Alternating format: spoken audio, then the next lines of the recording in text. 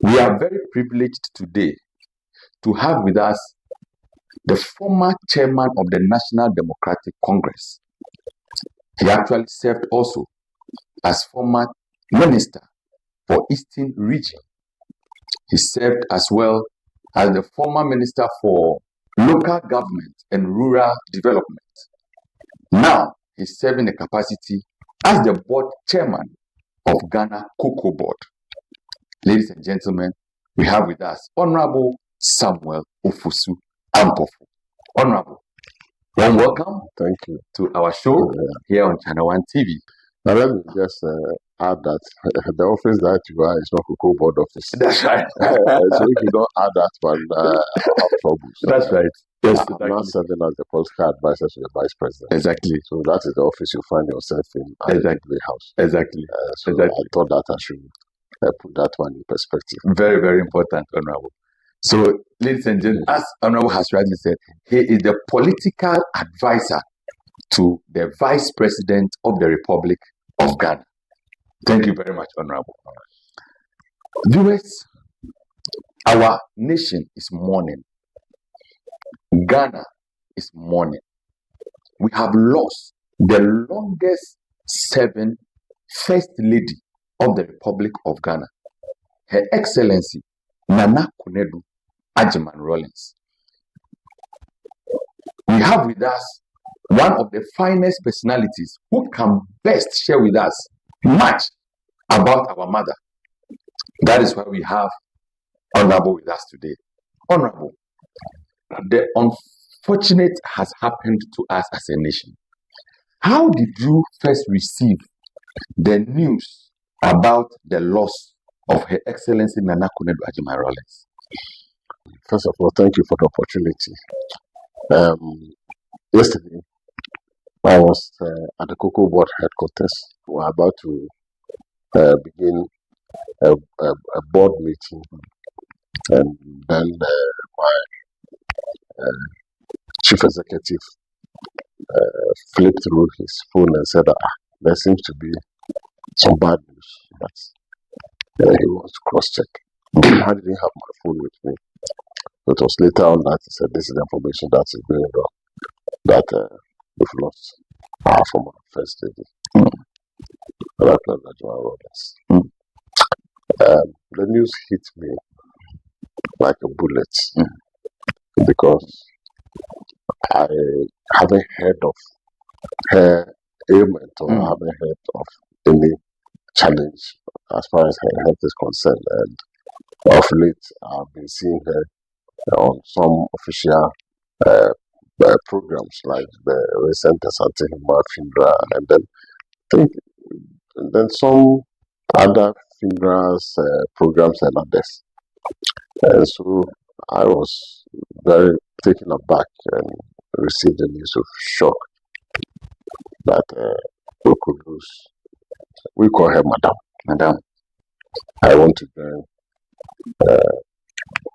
His Excellency the President, who has issued a statement and declared 3 days of national mourning, and also on behalf of Her Excellency the Vice President, who is currently out of the country, to express my deepest condolences to the bereaved family, especially the children, Zanato, the siblings, for such a difficult moment that they find themselves in, and pray that the good Lord will give them the strength.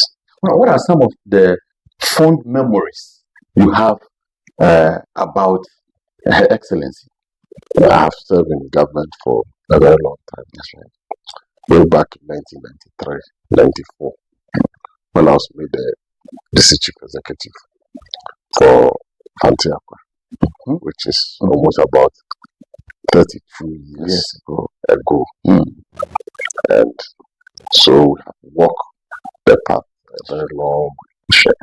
And I've had several encounters with Her Excellency Nana Konadu Agyeman-Rawlings, sometimes in her personal capacity as the president of the 31st Zimbabweans movement, and sometimes as the First Lady who accompany His Excellency the President to programs. Subsequently, I became a deputy minister for the Eastern region between 1997 and 2001 January when it was the election. And so that also afforded me the opportunity of coming very close to her, because you know that she was a workaholic. She was not more or less an armchair first lady. She moves around a lot and will visit you in the region, and then go around the district to supervise projects that are being undertaken by the 31st December movement.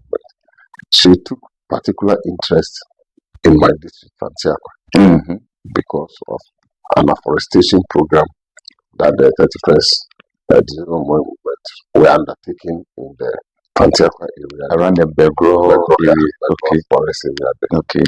And I remember one day when she paid a visit to the district and decided to go to the forest herself to go and visit the place and see how the project is going. I mean, this was a rainy period. The roads were very bad. And I tried to persuade her, but she said she'll go. And we went, and she stepped out of her car, and we were moving through the forest to see how the trees that they planted this thing how many years ago, and the forestry people were taking her through all those. And so that is another so we always want to be there herself and not want to receive reports about the progress that her activities under the 31st December was going through. But I'll tell you a story. No, please do. The first time she came to Fantiakwa as a young DC, I think at that time I was just about 29 years old. And was one of the youngest DCs in the country.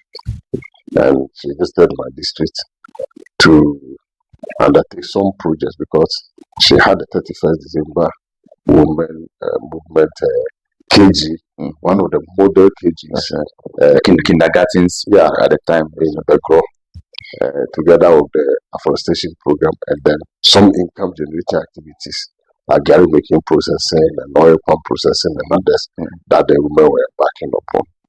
So she paid a visit to me and came to the residence. When I greeted her, the first thing that she said was, "Hey, this is Jerry." And then I knew where that comment could land me. And so do you had Jerry? No, my hair was that's right. That's right. And I have this curly hair. Okay, so that's it. Even today, if I decide not to Baba for some time, about 4 weeks, you see it come. So I said, "Madam, if you like, I'll go and call my mother to come and explain to you.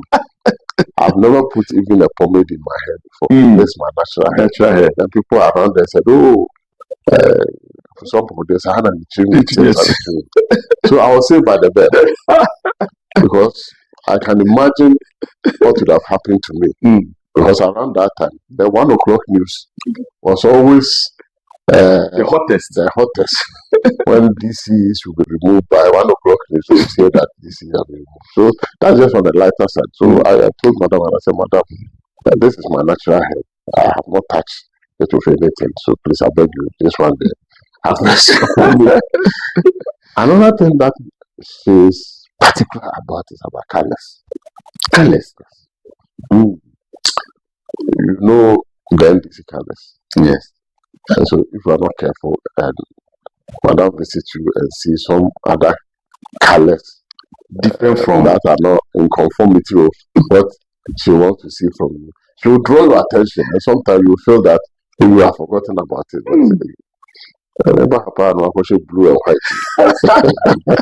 And you know what blue and white means to add that. So that is how I have known her. I've known her to be somebody who was very focused and determined to succeed whatever she wants to do. She's somebody who created opportunity for the vulnerable, the poor, and the disadvantaged people. So sometimes you see her going to a village. And I know one young lady there, but then we have two of them. One was Bodua from Usino, may her soul rest in peace, and Wahima from Bagro. And these are people that she just will pick and then send them through a lot of training, empower them, give them project management practices, and then allow them to do the supervision themselves. So she was somebody who was always ready to empower people. She was somebody who was always ready to identify talents and try and put those talents the best use for the advancement of the country. And I have been a beneficiary of such opportunity. In 1995, when VAT was being introduced, and then there was a lot of hue and cry, and then it brought this Kumiprekon demonstration and all those things. Yes. And so President Rawlings, being a very listening president, decided to withdraw the VAT. And so in 1997, I think if I remember assessment, in 1997, it was reintroduced.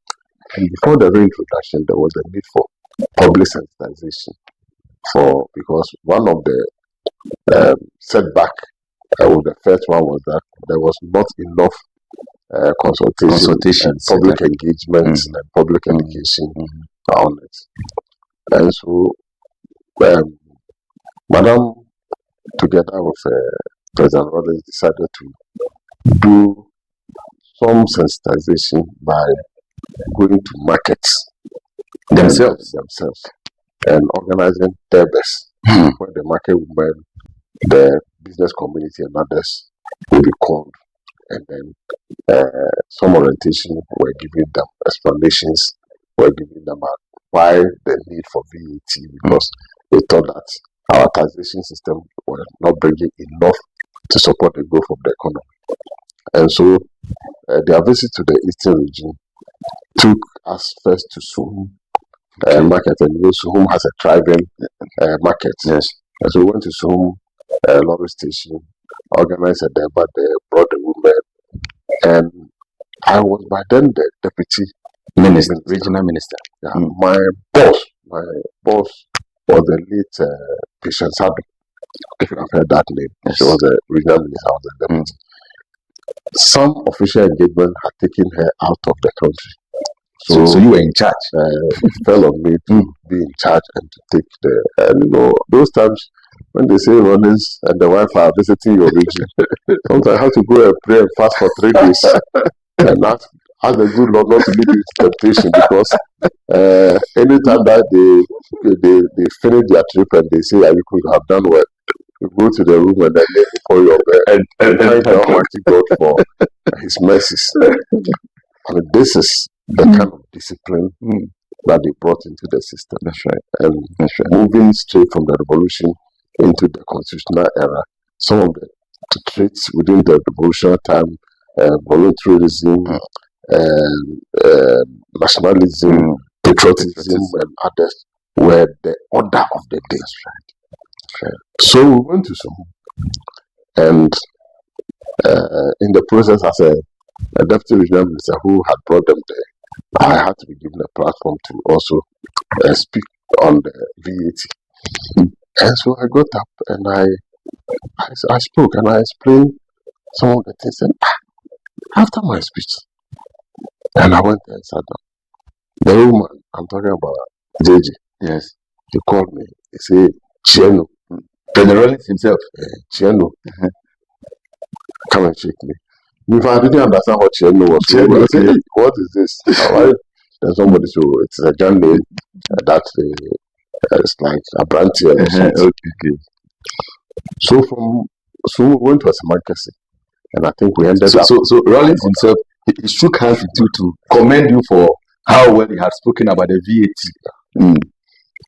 So in a few weeks' time, I was there when I had a call that I must come to Accra. They need me at the Ministry of Finance. To do what? I have been nominated by His Excellency the President to serve on the VAT board.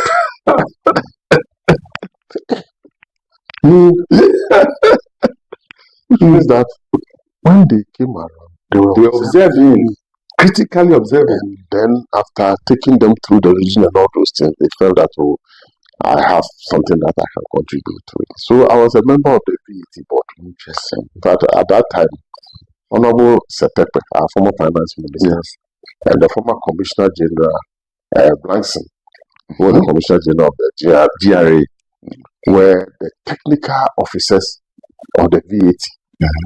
In fact, the VAT commissioner by then was Wanda Samoa.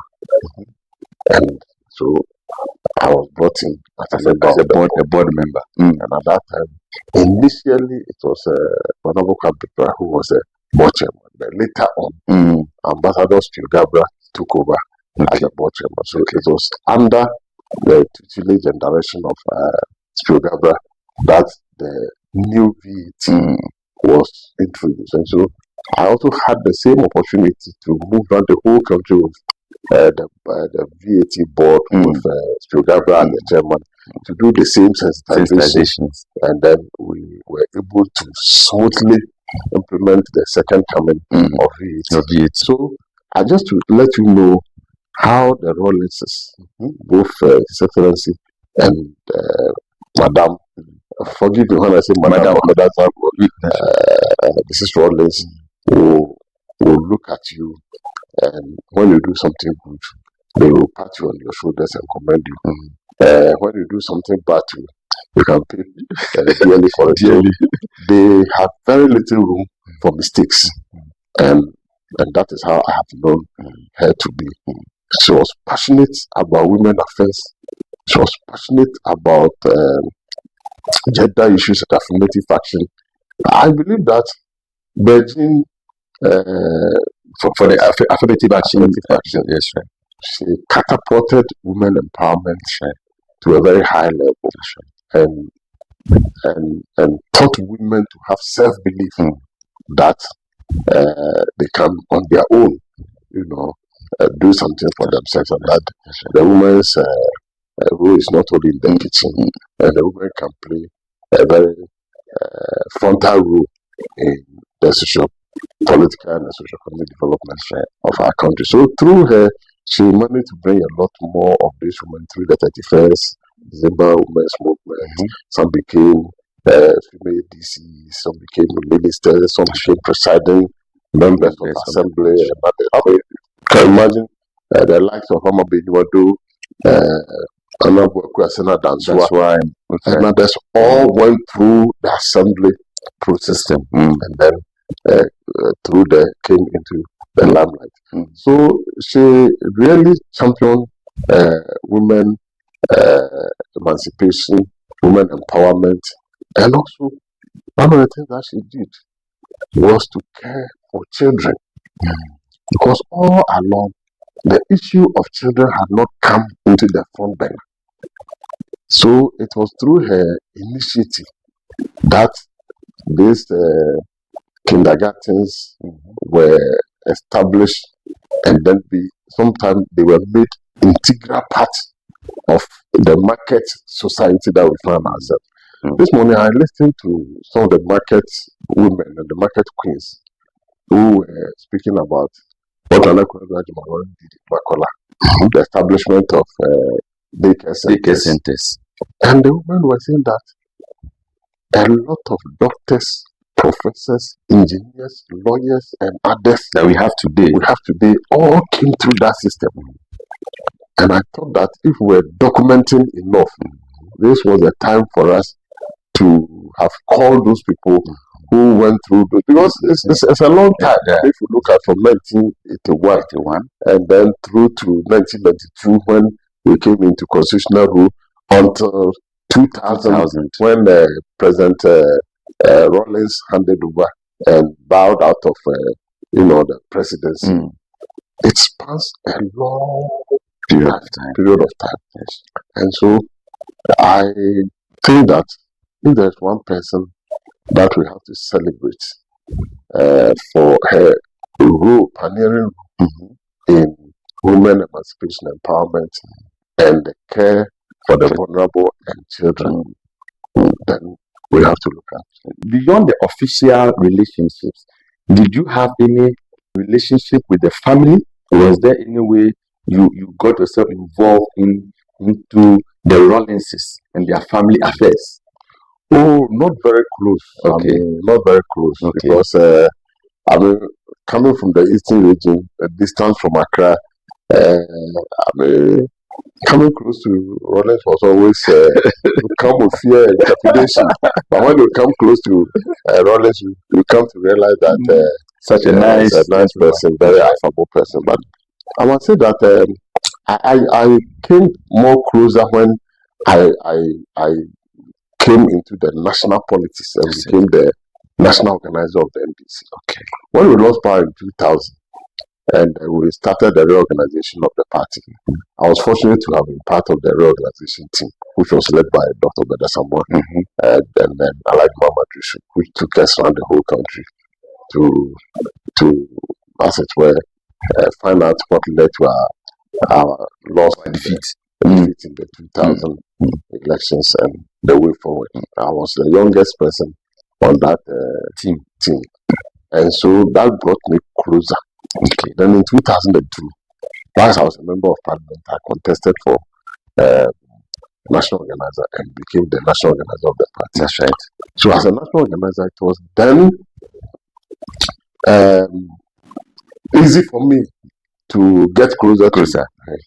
Around that time, position organization was very difficult.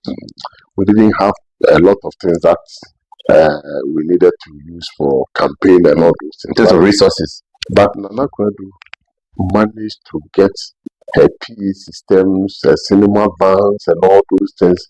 So anytime there is a by-election and we need this, I had to go to her. And then she will insist. Because you are the organizer, the national organizer. And she will insist that apply right officially. Because I want you to send the things and bring them to me in one full piece. That's right. So I'll go there, I'll go and talk to her. She will release some of the Land Rover and other equipment, PA system for us to go and use it for by-election campaigns and others. And so it brought me a little closer to them.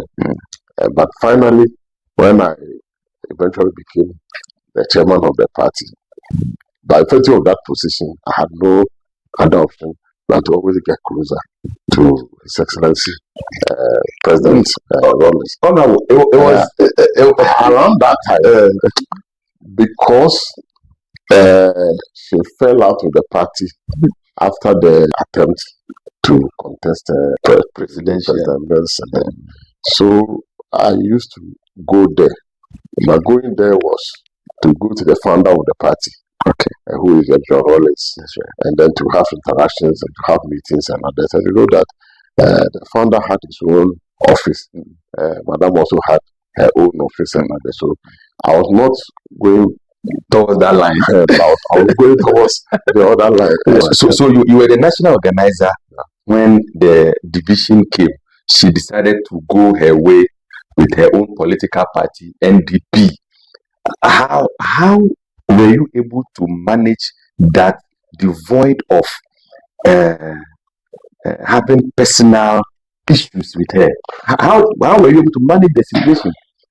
Well, because I've known her for a very long time and we have that personal relationship, even though she broke away and formed her party, I don't think that there was any deep acrimony between herself and myself. Anytime that I go and meet her, I go and do what I want to do, and then I'll leave. So that was it. Even with my chairmanship, I tried very, very hard through all sorts of means to ensure that we repair the broken relationship and try and narrow down the gap instead of widening it. So, what have we lost as a nation? Losing Her Excellency Nana Kwedu Rollins. What have we lost? I think we have lost somebody who still for me, in terms of women in politics, in terms of if you want to talk about the Yasatwa in Ghana politics, then we can say that Colonel always represent Yasatwa in Ghana politics. Sometimes she was too daring, but you could see that this is what she wants to do, and she'll go ahead and do it.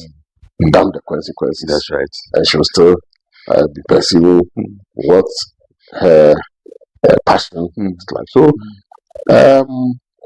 we've lost a great role model for the women of this country, especially those who are in the field of politics and public service, because she represents the height of what we could get in terms of women activism, and beyond Beijing and beyond 31st December. I believe that she has left a very indelible mark when it comes to women participation in governance in this country, and through her effort, she brought a lot of people. It's unfortunate that for the past 2 years we lost Madame Chereiti, who used to be the secretary to the 31st Division, and then only a few weeks or about a month ago we lost Madame Cecilia Johnson, who, and these were the very core behind the 31st December. But I believe that because of the kind of training and capacity that he gave to women, we still have a lot more women who are still around to continue the kind of work that. So if you look at the fact that children and women ministry have been established to take care of the vulnerable, the children, women, the aged, and all those things. It is the pioneering work that she did, which actually opened the floodgate and also increased the consciousness of the Ghanaian people that there's a need for us to focus on these areas. So, for me, she indeed is the doyen of women emancipation and women politics. You know that there's interstate succession law. It's something that she championed. She championed it and championed it until the law was established. And today, as a result of Nana Kondu's paneling, women do not suffer necessarily when their spouses die, and then their children are catered for. The law is there, the law is working. And she's one person who really wants to something, and we need to salute her and then pray that the Almighty God will find a resting place for her, and her name will definitely be written in gold anytime that we talk about women in politics and we talk about former first ladies. I think that she played her role very well. Viewers, we've been talking to a former district chief executive of Antiaqua, two-time MP of Antiaqua, former deputy regional minister of the Eastern Region, former regional minister of the Eastern Region, former minister of local government and rural development, now the political advisor to the vice president of the Republic of Ghana, also serving as the board chairman of Ghana Cocoa Board. That is a tall list of great portfolios that this gentleman has held in developing the Republic of Ghana. Honorable Samuel Ofosu Ampofo. Honorable, thank you very, very much for making time with us on Volunteers TV show here on Channel One TV and walking us through the journey you have had with the late Her Excellency Nana Konadu Agyeman Rawlings. We thank you very much for your time. Viewers, thank you for making time with us. As we mourn our mother, let's all remember one thing that she stood for. women empowerment. She stood for patriotism. She stood for active citizenship. She stood for selflessness and nation building. Thank you very much, viewers. See you same time next week. Bye for now.